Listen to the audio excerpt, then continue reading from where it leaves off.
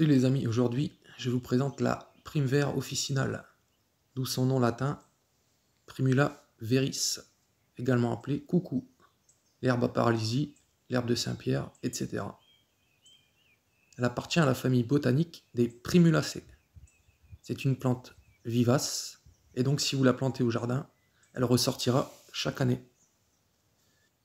Son pédoncule, le nom donné à la pièce florale en forme de tige, long de 10 à 30 cm, est velu et porte une ombelle de nombreuses fleurs qui penchent toutes d'un côté. On dit aussi que les fleurs sont en ombelle autour d'une hampe.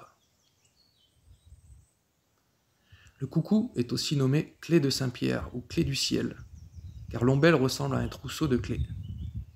En Europe du Nord, la légende dit qu'à l'endroit précis où sont tombées les clés du paradis des mains de Saint-Pierre est née la Primevera, avec ses fleurs capables d'ouvrir la porte du ciel.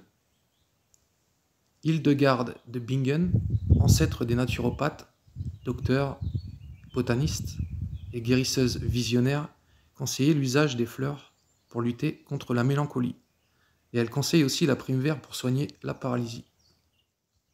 Ces jolies fleurs forment 5 pétales jaunes qui sont soudés, et elles ont également 5 taches orangées à l'intérieur. Les étamines, qui constituent les organes reproducteurs mâles des fleurs, sont au nombre de 5 également. Le calice, lui, est renflé et entièrement vert blanchâtre.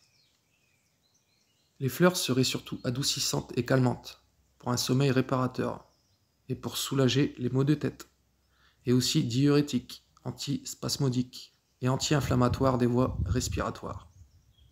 Les racines seraient expectorantes, antitussives, diurétiques, antirhumatismales, laxatives, antibactériennes et antifongiques.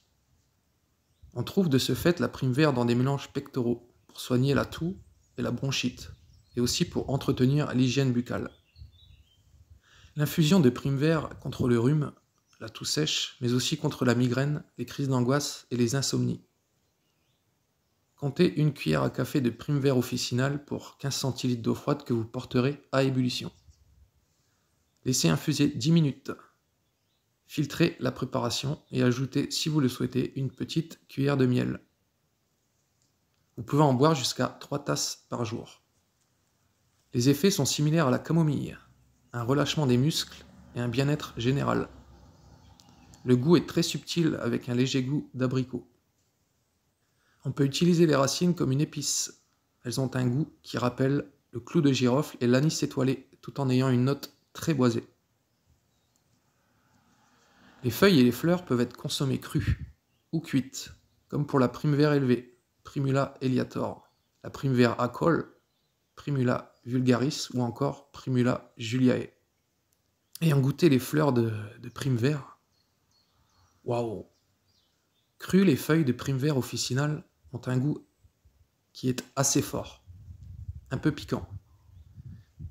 Utilisé en aromate dans une salade de pommes de terre par exemple, ou en mélange avec d'autres feuilles dans une salade verte ou un fromage blanc aux herbes.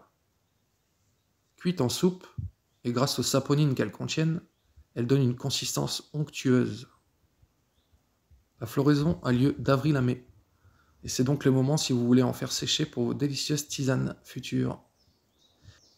Voilà, c'est tout pour cette présentation de la Primevera officinale. Dis coucou, en vous faisant un grand coucou les amis.